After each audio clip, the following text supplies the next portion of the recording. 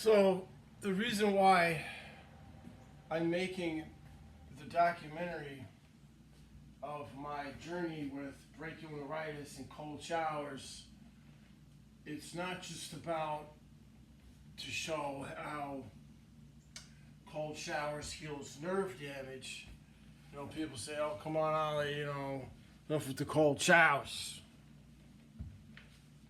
Cold showers is something that I did as a child growing up, and I had a very nice family, very fond memories of families singing together.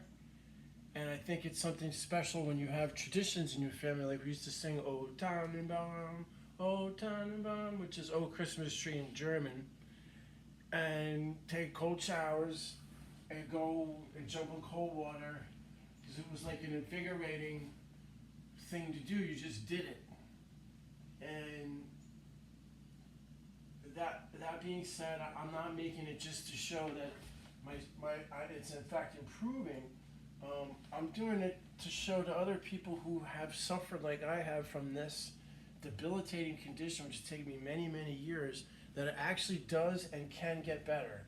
You don't have to give up. You don't have to have surgery. Me, the nerve here is actually really damaged. That goes through the scapula, that holds the scapula, and runs through my chest, down my arm. So I actually have constant chronic pain, and the pain has traveled in different places all throughout my body, even into my fingertips, into my toes. And if anyone knows what central nervous, how that works, it's all connected. Your nervous system, it's electricity. And so I'm also showing people that it's possible over many, many years of physical therapy. And physical therapy, I've had to just do it myself because it's something that I just constantly have to go like this. I constantly have to move around and do exercise. Otherwise, I'm in total agony because the shoulders don't sit properly anymore in place, and the nerve that holds them, holds the muscles and everything. It tries to regenerate through exercise and nutrition, and the cold water stimulates the nerve growth. And I found that also the studies that came back on lion's mane, chaga, and turkey tail types of species of mushroom and other type of fungus, it benefits nerve growth. But particularly, I'm making this because I've lost a lot of friends and loved ones to opioid overdoses, and I'm opioid free. And like a lot of people, I was prescribed opiates from a young age, from different things, from fracture. I've cracked my ribs. I've had minor surgeries and broken my toes and that sort of thing. I've separated my shoulder. I have scars and different kinds of stupid things. And they were freely prescribed. And so when I had this, I was immediately I took myself, to the emergency room several different times, and they had me intravenous morphine, and they made me take home my bottles of morphine pills, and they would give me Klonopin and all sorts of different kinds of nortriptyline and amitriptyline and gabapentin and Neurontin and all this junk and chemicals, and the pain wouldn't subside, and I wouldn't feel any better. And a lot of people, such as, and myself included, who are pain management, began to struggle when they started to try to control and regulate the dispensing of opioids. So a lot of people developed an addiction to heroin, which became now contaminated with fentanyl and have died. And I make this documentary to show that I don't use those substances to deal with the pain. It's severe and it's chronic, and I've managed to do my own therapy without those drugs. Now, have I gone to the emergency room multiple times and been injected with stuff? Oh, absolutely. Absolutely. And I have some documentaries of that, and I'm trying to sensationalize that, what it looks like after I've had intravenous medications like Toradol and morphine and all that kind of junk, because it does relieve acute pain. But that being said, I don't judge people. People have to make that decision. Both my parents did with cancer pain. And it sucks the life out of you. If you take those kind of drugs, and I'm not talking recreationally or experimentally, that's one whole other discussion. And I think everyone has the right to experiment and do so responsibly. But I for one, don't condone experimentation with that at all. And I think I'm making this to show to people that you ever get severe pain like I had, and I'm still dealing with it, the CBD helps. Like this is something, this is another product here. It's got a lot of CBD in it. It's got like 600 milligrams. So it's a chill pill. These are very good at night.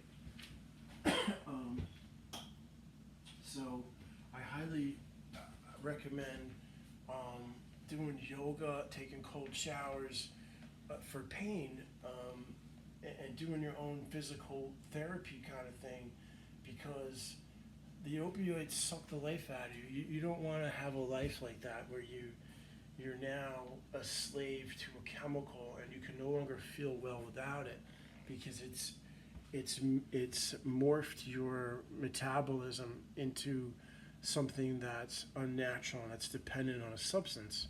So your body's not going to heal when you do like shutdown with opiates. It's not going to get any better. The pain will subside, but you'll feel sluggish and your quality of life will suck. I wake up feeling fertile. I wake up, I'm not sure if I'm allowed to say that, but I wake up with an erection, and I go to sleep on an erection, and I'm kind of like a walking boner all the time when I'm sober and I'm healthy. And when you take those kind of substances, it messes with your libido, your hormones, your whole body becomes, altered. And that's why people go through withdrawals when they stop using those substances. And I think it's beneficial for certain conditions, absolutely. I'm the first to support the modern pharmaceutical,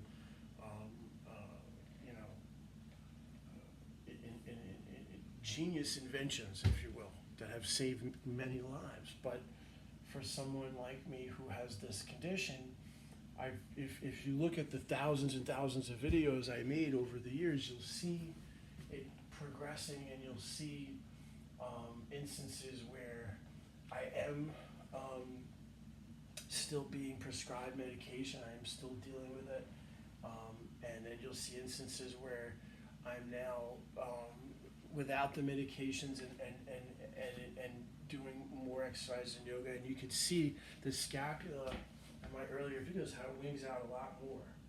Okay. Now that being said, when I have an autoimmune response like to mouse virus or like in that warehouse, the pain it just shoots down my arm, and so I don't know what else to do other than the CBD, the cold shower, get a massage to deal with it. So. It's like, it's possible. I just want to let people know it's possible to alleviate your pain like that with the cold water. It's like, and it's possible if you, it's like the saying, Rolling Stone gathers no moss. If you're constantly moving around, you can deal with that. And I think that has a lot to do, that's also for people who prescribe other kinds of medications for anxiety, like Ritalin or Adderall or all those kinds of junk chemicals. You just need to exercise and take care of yourself and take a cold shower, because your body is mostly water, and when you go into the water, it's a natural thing, and it kind of resets yourself. So ask yourself this question: when you go and take a cold shower now, does it freak you out? Can you handle it for more than a few minutes? If you can't, then you need to focus on your breathing and it's like appreciating the present and the moment. It's a very Zen thing to do, and I guess I have to say that it's just one of these things that I always felt was just like a natural thing to do. Like especially if you were an indigenous person or an aboriginal person or just some person like me who likes to swim, you wouldn't think it uncommon to just jump in the water and go swimming, and the water's freezing cold, and that's what people have been doing for thousands of years. So I think we need to take another look at Western medicine.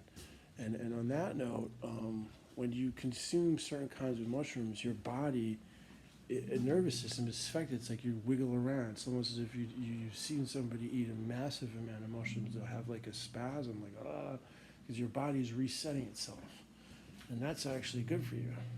So you're going to see some of that when I go to this mushroom festival. Apparently they legalized mushrooms over there, and they're going to have some festivals. So I'm going to make a movie about my mushroom retreat, and hopefully do some kind of art projects now. But I have to work. So if you're watching this video again, I need an assistant. Hopefully someone nice wants to come live with me who can put up how fucked up my bathroom is right now. That would be really nice. It's been extremely difficult for me, to say the least. So thank you for your support.